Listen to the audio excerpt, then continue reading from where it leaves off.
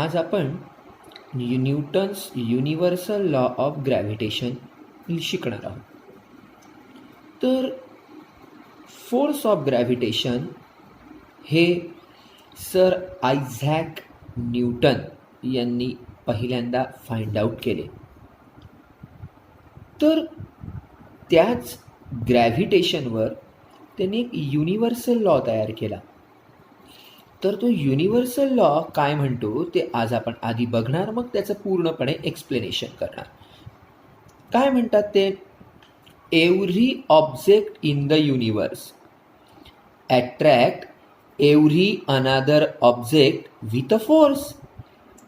ते काय म्हणतात? युनिवर्समध्ये कोणतेही दोन ऑब्जेक्ट असू द्या, युनिवर्समध्ये ऑब्जेक्ट कुठेही असू द्या, कोणतेही असू द्या, तर ते एकमेकांना एका फोर्सने अट्रॅक्ट करतात.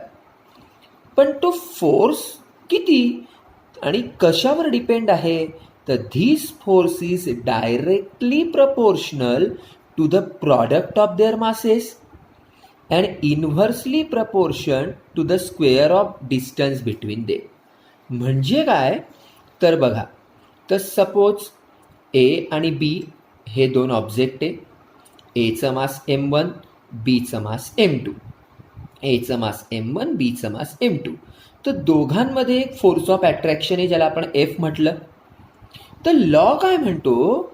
This force of attraction is directly proportion the product of the masses of object. Means what? F is directly proportion to the product of masses, mean m1 into m2. Okay. आणि आणखी ते काय म्हणतात?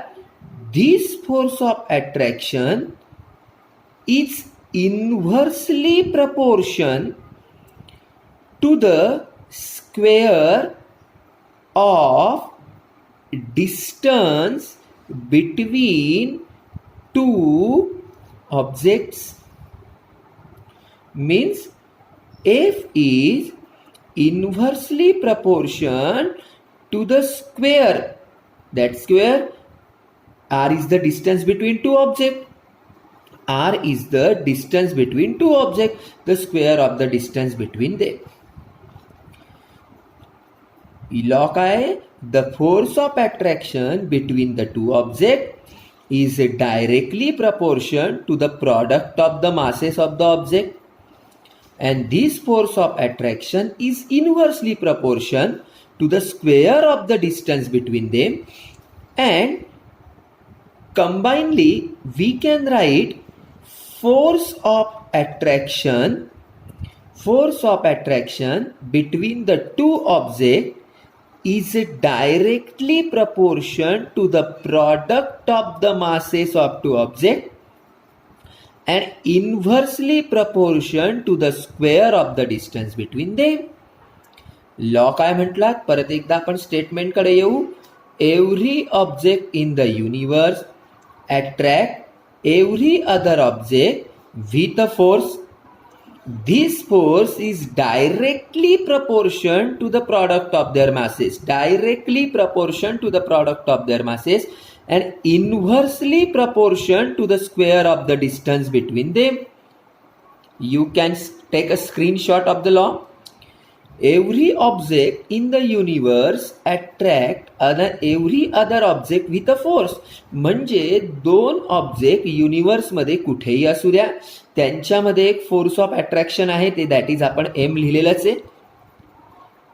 ए या ऑब्जेक्टचं मास m1, बी या ऑब्जेक्टचं मास m2, त्यांचं centre पासूनचं distance r. Law काय म्हणतो? This force of attraction is directly proportion to the product of their masses. Means F is directly proportion to the product of their masses. Masses is m1 and m2 and the product of m1 into m2. Law काय सांगतो? This force of attraction is inversely proportion to the square of the distance between two objects. That is force of attraction, inversely proportion square of the distance between them. And finally आपण काय लिहिलं इथं?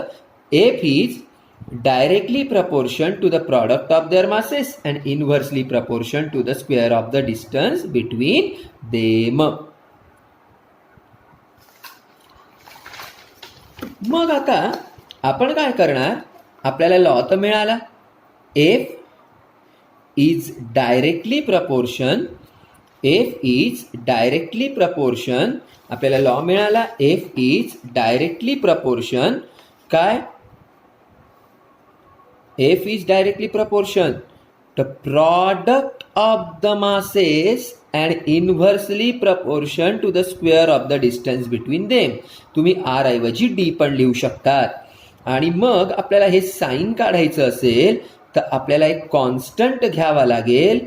तो constant आपण घेतला capital G m1 m2 upon r square. and what is a G? What is a G?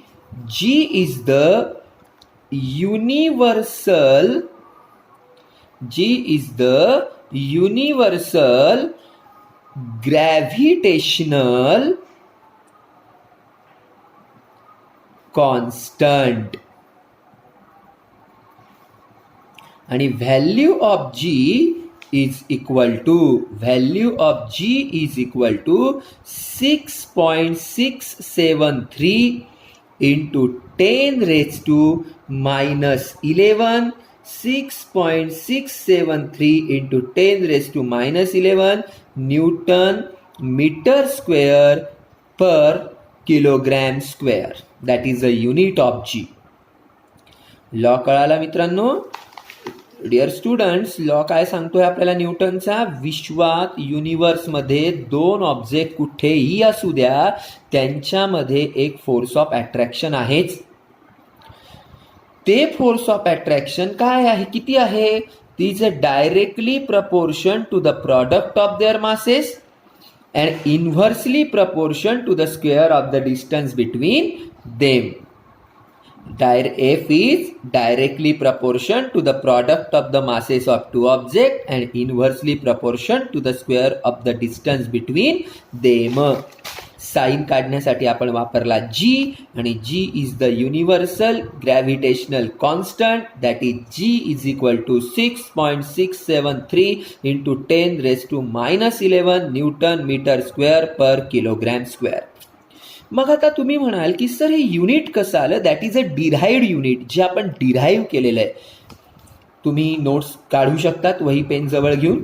आपण आता unit of G शिकणार आहोत, Gचं युनिट कसं आलेलं आहे. तर आपल्याला लॉ काय म्हणतो, F is equal to G into m1 m2 upon D किंवा R स्क्वेअर. म्हणजेच F R इकडे मल्टिप्लाय करेल R स्क्वेअर अपॉन m1 आणि m2 इकडे डिव्हाइड करतील आणि इकडे उरला G. बरोबर डिअर स्टुडंट? तर युनिट सगळे लिहून आपण, युनिट Fचं युनिट आहे तुमचं, फोर्सचं युनिट आहे न्यूटन, जे 9thला झालेलं. R that is a distance, डिस्टन्सचं MKS युनिट आहे मित्रांनो मीटर. आणि मास M, तर मासचं MKS युनिट आहे मित्रांनो किलोग्रॅम. हे सगळे युनिट आपण इथे लिहिणार. जसं आता युनिट लिहितो मी, तर Fचं युनिट लिहिलं मी न्यूटन, Rचं युनिट लिहिलं मी मीटर, पण R स्क्वेअर आहे म्हणून मीटर स्क्वेअर. M1 आणि M2 दोघांचं युनिट आहे kilogram into kilogram, means newton metre square kilogram into kilogram per kg square. म्हणजेच हे युनिट आपण असं लिहू शकतो, न्यूटन मीटर स्क्वेअर पर किलोग्रॅम स्क्वेअर. और रूल ऑफ इंडायसेक्स प्लस आहे, वर जाताना मायनस होऊन जाणार. Newton metre square per kilogram square means -2 kg raised to -2, that is per kilogram square. Unit आपण परत बघूया. Unit of G newton metre square per kilogram square. आपल्याला लॉ काय म्हणतो, F is equal to G into m1 into m2 upon R square.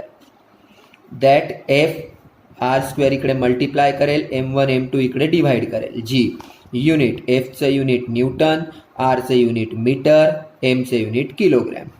या सगळ्या value आपण इथे पुटअप केल्या. एफचं युनिट न्यूटन लिहिलं, इंटू आरचं युनिट आहे मीटर, पण मीटरचा स्क्वेअर कारण आर स्क्वेअर आहे. M1 मासचं युनिट किलोग्रॅम, M2 मासचं unit kilogram. Newton metre square divided by kilogram into kilogram, kilogram square. We can write Newton meter square per kilogram square or Newton meter square per kilogram square, that is +2 वर जाताना होणार -2. That is Newton's law of gravitation. Questions काय येणार? What is explain the Newton's law of gravitation. Derived the unit of G, that is G. आपण एकदा परत law बघून घेणार. लॉ काय आहे मित्रांनो, परत एकदा बघून घेऊया. काय लॉ आहे? Newton's every object in the universe attract every another object with force. युनिवर्समध्ये कुठेही ऑब्जेक्ट असू द्या, त्यांच्यामध्ये फोर्स ऑफ अट्रॅक्शन आहे, बरोबर. आणि मग त्याचं रिलेशन आपण कसं बघितलं? This force of attraction is directly proportion to the product of the masses of the object and inversely proportion to the square of the distance between them. मग आपल्याला माहिती जे आहे, आपण 2 ऑब्जेक्ट घेतले होते, M1 आणि M2, बरोबर. त्याच म्हणजे ए आणि बी असे 2 ऑब्जेक्ट आहे ज्यांचं मास आहे M1 आणि M2. त्यांच्यातलं फोर्स ऑफ अट्रॅक्शन आहे F, त्यांच्यामधलं डिस्टन्स आहे R. मग लॉ काय म्हणतो? F is directly proportion to the product of the masses of the object, means F is directly proportion to the M1 and M2.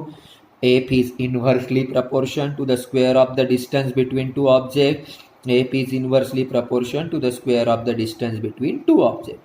Means आपण combinedly काय लिहिणार? F directly proportion product of the masses, inversely proportion square of the distance between them. म्हणजेच आपण इथे लिहिलं काय? F directly proportion to the product of the masses, inversely proportion to the square of the distance between them. Sign काढण्यासाठी एक आपण constant use केला, G is a universal gravitational constant. त्याची व्हॅल्यू आहे 6.673 into 10⁻⁻11 newton metre square into पर kilogram square. त्याचं जी unit कसं काढलं आपण? जीचं युनिट कसं मिळवलं? हे डिराइव्ड युनिट आहे, ते आपण मिळवलेलं आहे स्टँडर्ड युनिटपासून.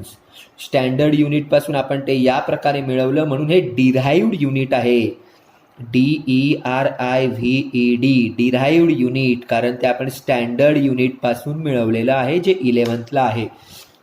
मग F G M1 into M2 आपण R स्क्वेअर, F जसाच्या तसा, R स्क्वेअर इथं डिव्हाइड करतोय, तिकडे जाताना मल्टिप्लाय करेल. M1 आणि M2 इकडे मल्टिप्लाय करता इकडे डिव्हाइड करतील. मग Fचं स्टँडर्ड युनिट न्यूटन, आरचं स्टँडर्ड युनिट मीटर कारण ते डिस्टन्स आहे, एम म्हणजे मास, त्याचं स्टँडर्ड युनिट किलोग्रॅम. ह्या व्हॅल्यू इथे फुटअप करा. एफचं स्टँडर्ड युनिट न्यूटन इंटू आरचं स्टँडर्ड युनिट मीटर पण तो स्क्वेअर आहे, एमचं स्टँडर्ड युनिट किलोग्रॅम, परत M2चं standard unit kilogram. Newton metre square divided by kilogram square. हेच आपण असं लिहा, न्यूटन मीटर स्क्वेअर पर किलोग्रॅम स्क्वेअर और newton metre square per kilogram square. That is a first topic we learn. आता बोर्डला एक क्वेश्चन आला होता, तर त्या क्वेश्चनचं एक्सप्लेनेशन आपण बघूया.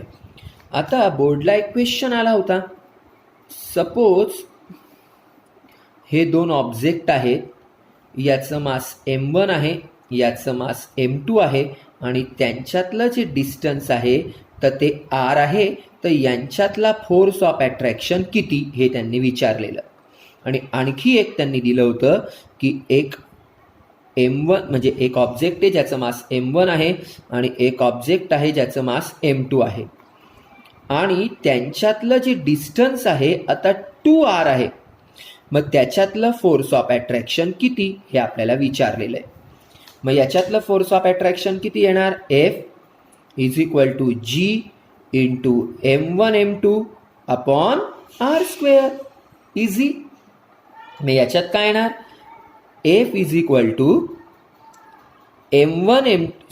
G into m1 m2 upon distance किती आहे 2r म्हणजे 2r². इझी ना. मग F is equal to G into m1 m2 2चा स्क्वेअर 4r². इझी. म्हणजे यांच्यात आणि यांच्यात काय रिलेशन आलं. सपोज आपण याला F1 मानलेलं आहे, याला F1 मानलंय, तर रिलेशन काय आलं, तर ही जी व्हॅल्यू आहे बघा, ही एवढी, ही F आहे. म्हणजे F1 किती आलं, F1 इज इक्वल टू याच्या ऐवजी आपण F लिहा upon 4. F1 is equal to that's value is F upon 4. That is a relation. समजलं. हा बोर्डला एक क्वेश्चन आला होता. तर आता पुढचा टॉपिक, हा पुढचा टॉपिक जरा अवघड असणार आहे. तर आपल्याला टॉपिकचं नाव मी तुम्हाला सांगतो. तर टॉपिकचं नाव काय, न्यूटन्सने काय सांगितलं की the force of attraction between the two objects is inversely proportion to the square of the distance between them.